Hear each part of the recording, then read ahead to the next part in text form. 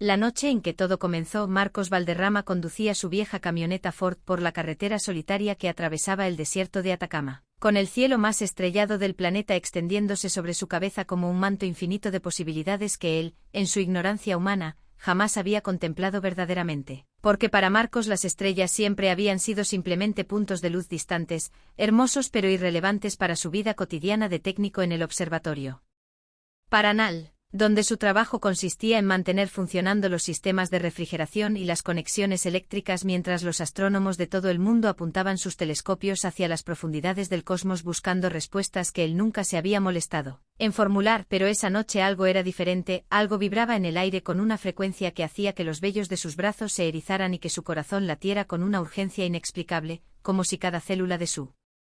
cuerpo supiera algo que su mente consciente todavía no había procesado. Y fue entonces, exactamente a las 3:47 de la madrugada según el reloj digital de su tablero que parpadeaba con luz verdosa, cuando el motor de la camioneta tosió una vez, dos veces y murió completamente, dejándolo varado en medio de la nada con kilómetros de arena y rocas en todas direcciones y sin señal de teléfono porque esa parte del desierto era un agujero negro de comunicaciones, lo cual siempre le había parecido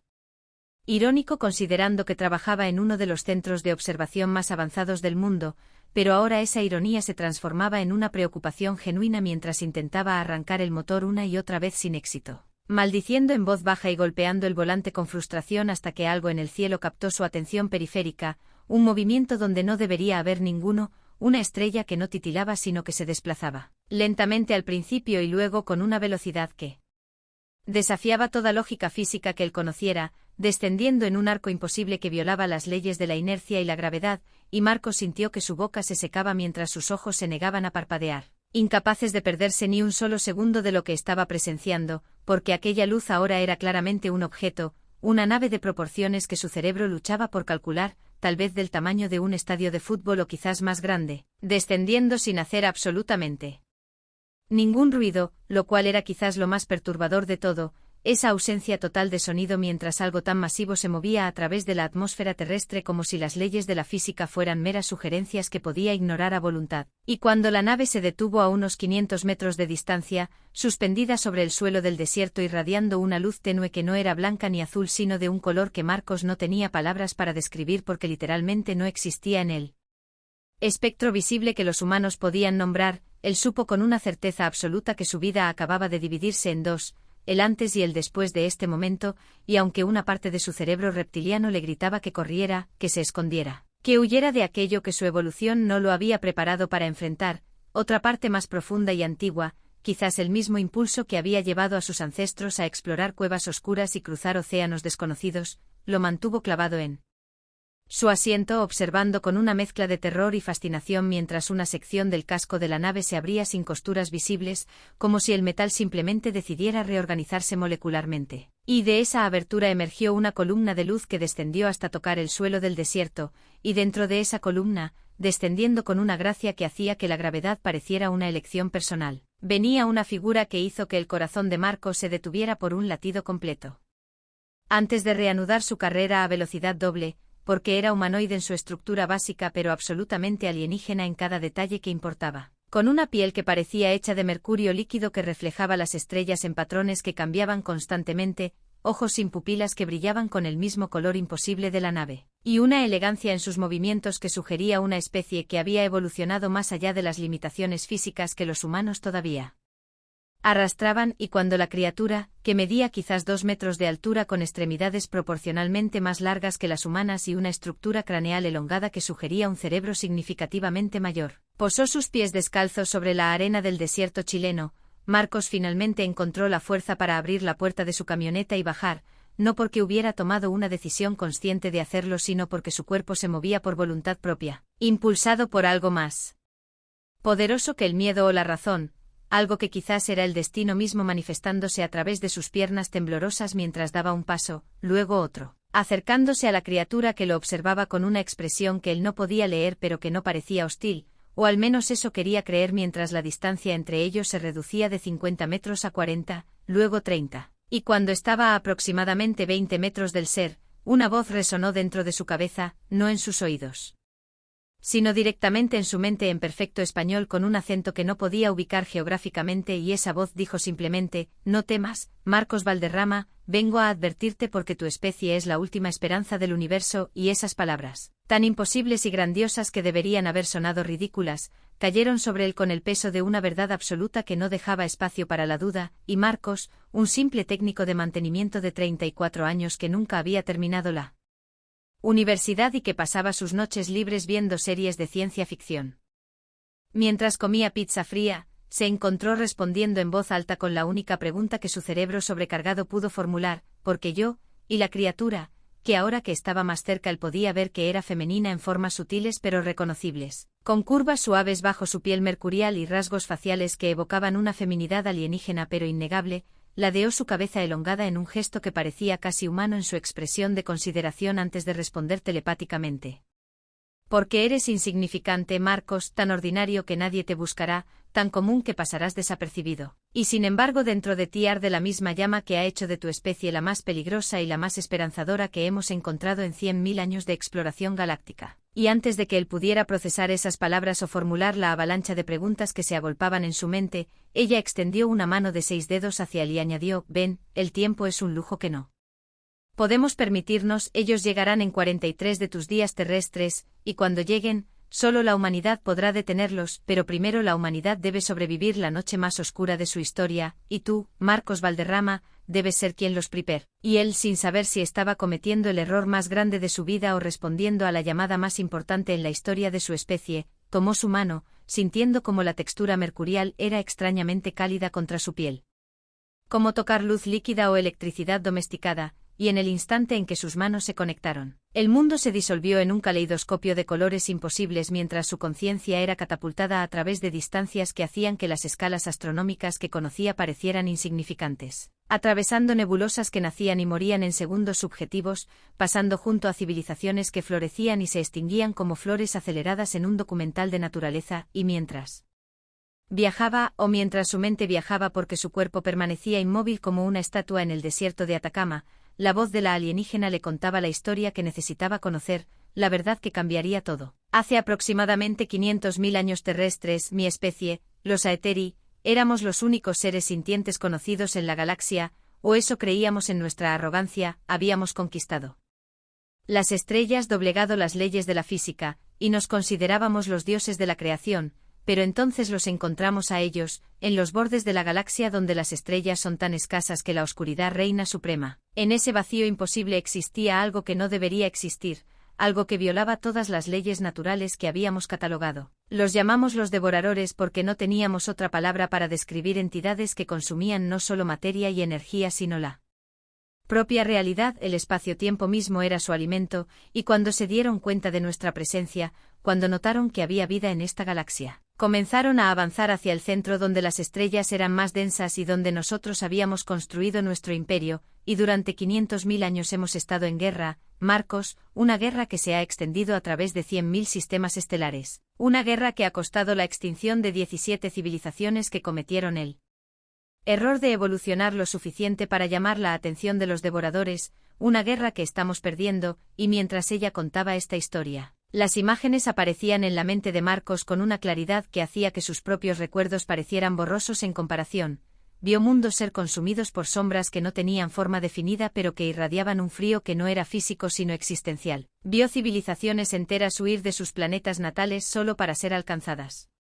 en el vacío del espacio y simplemente dejar de existir, no morir en el sentido convencional sino ser borradas de la realidad como si nunca hubieran sido. Vio los últimos reductos de los Aetheri, mundos fortaleza escondidos en los pliegues del espacio-tiempo, protegidos por tecnologías que podían detener temporalmente el avance de los devoradores pero no derrotarlos permanentemente, y vio la Tierra, su pequeño planeta azul girando serenamente alrededor de una estrella amarilla insignificante en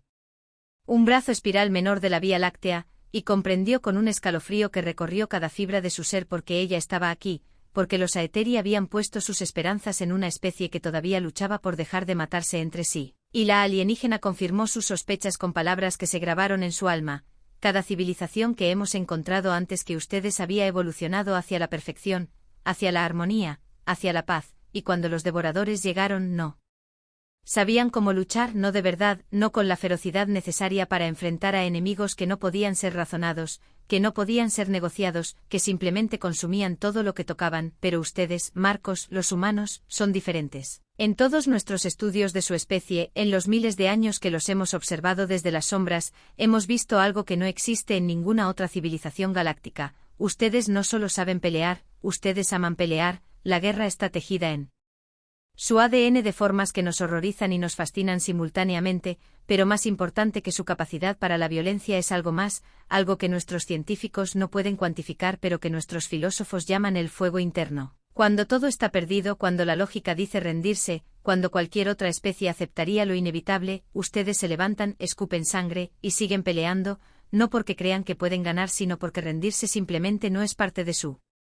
programación evolutiva, y eso, Marcos, esa locura magnífica que los hace tan peligrosos para ustedes mismos, es exactamente lo que necesitamos para enfrentar a los devoradores, y las imágenes cambiaron para mostrar escenarios del futuro. Proyecciones de lo que podría ser si la humanidad aceptaba su papel en esta guerra cósmica. Marcos vio flotas de naves humanas, construidas con tecnología eteri pero operadas por tripulaciones que llevaban la determinación en sus ojos, enfrentando a las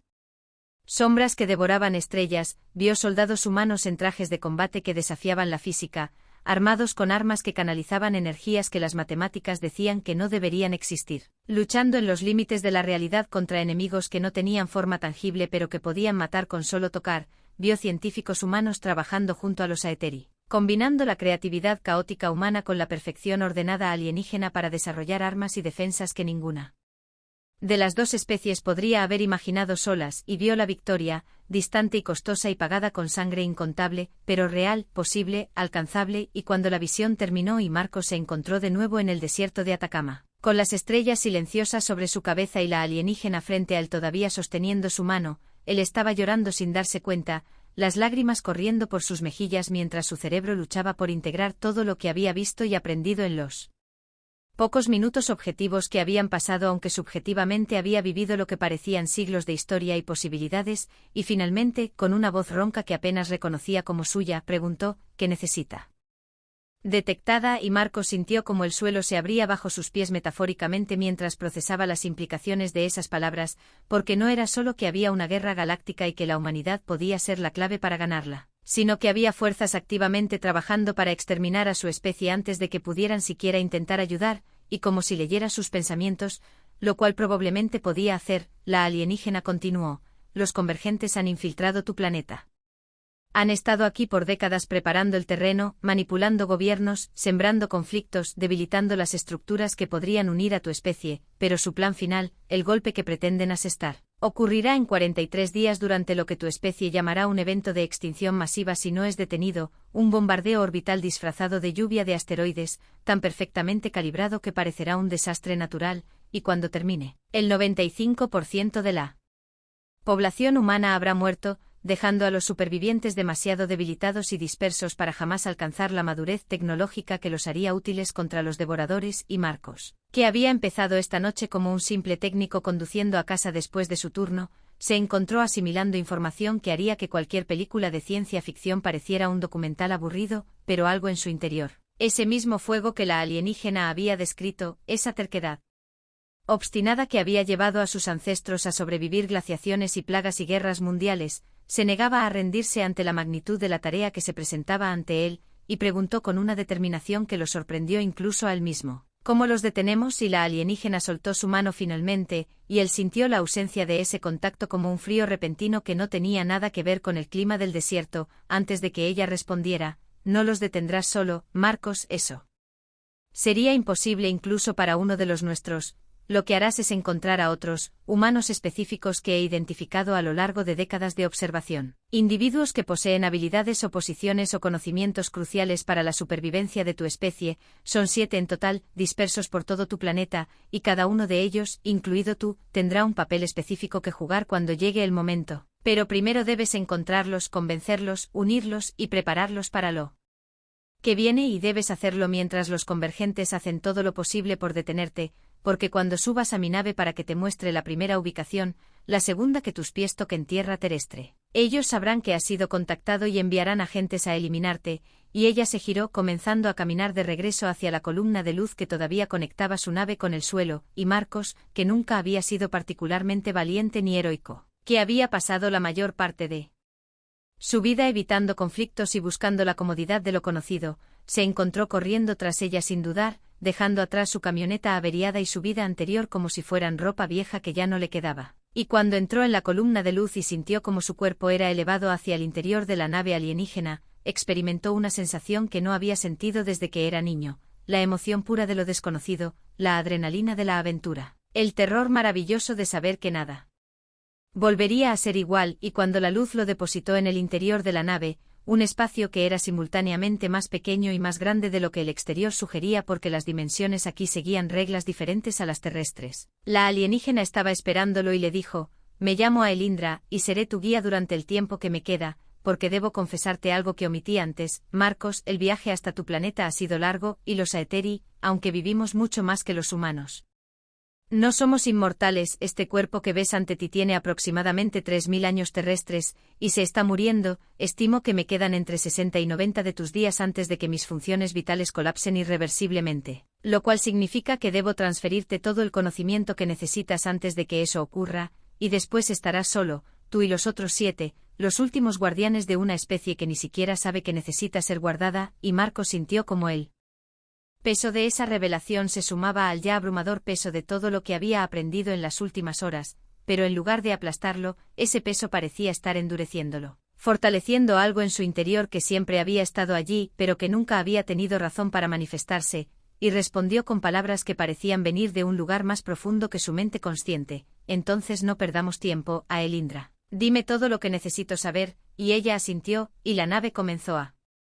moverse, no con los motores convencionales que Marcos habría esperado, sino doblando el espacio mismo para acortar las distancias. Un método de propulsión que él comprendería completamente en las semanas venideras cuando Aelindra comenzara a enseñarle los rudimentos de la física Aeteri, pero que por ahora simplemente aceptó como magia tecnológica mientras observaba el desierto de Atacama encogerse bajo ellos hasta ser solo una mancha marrón en la noche, y luego Chile, y luego Sudamérica, y luego la Tierra misma, ese frágil globo azul flotando en el vacío infinito, y mientras contemplaba su hogar desde una perspectiva que solo unos pocos humanos habían experimentado antes, Marcos Valderrama, técnico de mantenimiento convertido en profeta involuntario, hizo una promesa silenciosa a todos los miles de millones de almas que dormían ajenas al peligro que se cernía sobre ellos: «No voy a fallarles, no sé cómo voy a hacer esto, pero encontraré la manera, porque eso es lo que hacemos los humanos, encontramos la manera o morimos intentándolo», y Aelindra, que efectivamente podía leer sus pensamientos cuando él los proyectaba con suficiente intensidad, sonrió de nuevo con esa expresión alienígena pero reconociblemente cálida y respondió telepáticamente: «Eso, Marcos, es exactamente porque elegí tu especie, y exactamente porque creo que ganaremos», y la nave aceleró hacia su primer destino, una pequeña aldea en los Himalaya donde vivía una monja budista de 83 años. Que según Aelindra, era la estratega militar más brillante que la humanidad había producido en los últimos 500 años, aunque ella misma no lo supiera todavía. Y mientras las estrellas se convertían en líneas de luz alrededor de la nave que viajaba más rápido que cualquier cosa construida por manos humanas, Marcos se permitió un momento de puro asombro ante la magnitud de lo que estaba viviendo, antes de que Aelindra comenzara la primera de muchas lecciones que recibiría en los días venideros, explicándole la verdadera naturaleza de los devoradores, que no eran seres en el sentido convencional sino más bien agujeros en la tela de la realidad, entidades que existían en el espacio negativo entre las dimensiones y que se alimentaban de la información que constituía la materia y la energía, lo cual significaba que no podían ser destruidos con armas convencionales porque no estaban hechos de nada que pudiera ser afectado por fuerza física o radiación o cualquiera de las herramientas que las civilizaciones normalmente desarrollaban para la guerra. Pero los Aeteri, en su desesperación después de millones de años de conflicto, habían descubierto que había algo que los devoradores no podían consumir, algo que les causaba lo que solo podía describirse como dolor o incomodidad, y ese algo era la voluntad consciente de resistir, no la resistencia física sino la mental, la emocional, la espiritual, cuando un ser sintiente se negaba absolutamente a rendirse, cuando su determinación de existir era tan fuerte que se convertía casi en una fuerza física por sí misma. Los devoradores encontraban difícil consumir ese ser, podían eventualmente superarlo si era solo uno, pero en grupos. Cuando múltiples conciencias se unían en una resistencia colectiva inquebrantable, los devoradores se veían obligados a retroceder, y eso, explicó a Elindra mientras la nave atravesaba continentes en segundos, era porque los humanos eran tan valiosos. Porque ninguna otra especie en la galaxia conocida tenía una capacidad tan desarrollada para la resistencia obstinada, ninguna otra especie había evolucionado en un ambiente tan hostil y competitivo que la terquedad se había convertido en una ventaja de supervivencia tan fundamental. Ninguna otra especie había demostrado una y otra vez, a lo largo de su breve historia, que podía mirar a la muerte a los ojos y decir, no hoy, con tanta convicción que la muerte misma parecía dudar, y Marcos, escuchando esto, pensó en todas las historias que conocía de su propia especie, en los soldados que habían defendido posiciones imposibles, en los supervivientes que habían caminado a través de desiertos y océanos, en los enfermos terminales que habían vivido años más de lo que los médicos predecían simplemente porque se negaban a morir antes de ver nacer a un nieto o terminar un proyecto, y comprendió, quizás por primera vez en su vida, que esa terquedad que tantas veces había visto como un defecto humano, esa incapacidad para aceptar lo inevitable, era en realidad el mayor regalo que la evolución les había dado, y ahora, ese regalo podría ser la salvación no solo de la humanidad sino de toda la vida consciente en la galaxia, y mientras la nave descendía hacia los Himalaya, donde la primera de sus futuras aliadas esperaba sin saber que su vida también estaba a punto de cambiar para siempre, Marcos se preparó para la tarea que tenía por delante, sabiendo que los próximos 43 días serían los más difíciles de su vida, que enfrentaría peligros que no podía imaginar, que perdería cosas que le importaban y ganaría otras que todavía no comprendía, pero también sabiendo, con una certeza que era nueva pero que se sentía antigua como las estrellas mismas, que no estaba solo, que nunca lo estaría realmente mientras llevara en su interior ese fuego humano que había impresionado a una civilización de 3 millones de años de antigüedad, y cuando la nave se detuvo sobre un monasterio aislado en una ladera nevada donde las luces de las velas brillaban en las ventanas a pesar de la hora tardía, a Elindra le entregó un pequeño dispositivo que parecía una esfera de cristal líquido y le dijo, esto es un traductor neural, te permitirá comunicarte con cualquier humano independientemente del idioma, y también contiene un mapa de las ubicaciones de los otros 6 que debes encontrar. La monja que vamos a visitar se llama Tenzin Dolma, y aunque su cuerpo es frágil por la edad, su mente es un arma más poderosa que cualquier tecnología que pueda darte. Ella fue general en su vida anterior, aunque los registros de esa vida fueron destruidos cuando huyó de su país natal hace 60 años, y los patrones de pensamiento que desarrolló durante las guerras que luchó son exactamente los que necesitaremos para coordinar la defensa de tu planeta. Y Marcos tomó la esfera, sintiendo cómo vibraba suavemente contra su palma como si estuviera viva, y preguntó, ¿cómo la convenzo de que todo esto es real? ¿Cómo la convenzo de venir conmigo? Y a Elindra respondió con algo que podría haber sido una risa o quizás un suspiro, ese es el desafío, Marcos. Convencer a 7 personas de que el mundo que conocen es solo una pequeña fracción de una realidad mucho más grande y peligrosa, pero tienes una ventaja que ningún argumento lógico puede igualar. ¿Cuál?, preguntó él, y ella señaló hacia su pecho, hacia el lugar donde su corazón latía con una fuerza que él podía sentir incluso a través de su ropa. La verdad, Marcos, cuando hablas desde ese lugar, desde el fuego que arde en tu interior, los humanos lo reconocen, quizás no conscientemente, quizás no inmediatamente, pero lo reconocen porque es el mismo fuego que arde en ellos. Ahora ve, el tiempo es corto y los convergentes ya saben que estás aquí, puedo sentir sus sensores barriendo la zona, tienes aproximadamente 15 minutos antes de que lleguen sus agentes, y para entonces debes estar de vuelta en la nave con Tenzin Dolma o sin ella. Pero preferiblemente con ella, y la columna de luz lo depositó suavemente en la nieve frente al monasterio, donde el frío era tan intenso que su aliento se convertía en nubes de vapor instantáneamente, pero donde, por alguna razón que no comprendía completamente, no sentía el entumecimiento que debería acompañar temperaturas tan extremas, quizás un efecto secundario del campo de la nave o quizás algo que a Elindra había hecho cuando lo tocó por primera vez, pero no tenía tiempo para reflexionar sobre eso porque los 15 minutos ya estaban corriendo y la puerta del monasterio estaba frente a él, antigua y de madera tallada con símbolos que no reconocía pero que irradiaban una paz que contrastaba violentamente con la urgencia que sentía. Y cuando levantó la mano para tocar, la puerta se abrió antes de que sus nudillos hicieran contacto, revelando a una monja pequeña y arrugada cuya edad había doblado su espalda pero no había apagado la agudeza en sus ojos, ojos que lo miraron desde las profundidades de un rostro surcado por décadas de vida y sufrimiento y sabiduría, ojos que parecían ver a través de él hacia algo más profundo que su cuerpo o incluso su mente, y con una voz que era sorprendentemente fuerte para su apariencia frágil. La monja dijo en un inglés perfecto aunque con acento tibetano: «Te he estado esperando, joven occidental, he visto tu llegada en mis meditaciones durante los últimos 30 años, aunque confieso que esperaba que fueras más impresionante y...». Marcos, a pesar de la gravedad de la situación y la cuenta regresiva invisible que sentía en su mente, no pudo evitar sonreír ante la franqueza de esa declaración antes de responder: «Créame, yo también esperaba ser más impresionante. Pero parece que el universo tiene un sentido del humor extraño. Soy Marcos Valderrama y vengo a...». Pero ella lo interrumpió levantando una mano delgada como papel: «Sé por qué vienes, las estrellas han sido muy claras sobre el peligro que se acerca, aunque los detalles de tus compañeros de metal volador eran algo que no esperaba. Dame un momento para despedirme de mis hermanas y recoger lo que necesito», y sin esperar respuesta, se giró y desapareció en las profundidades del monasterio mientras Marcos se quedaba en el umbral, atónito por la facilidad de ese primer reclutamiento pero también nervioso porque los minutos seguían pasando y no sabía exactamente cuándo llegarían los agentes convergentes ni cómo los reconocería cuando lo hicieran, y fue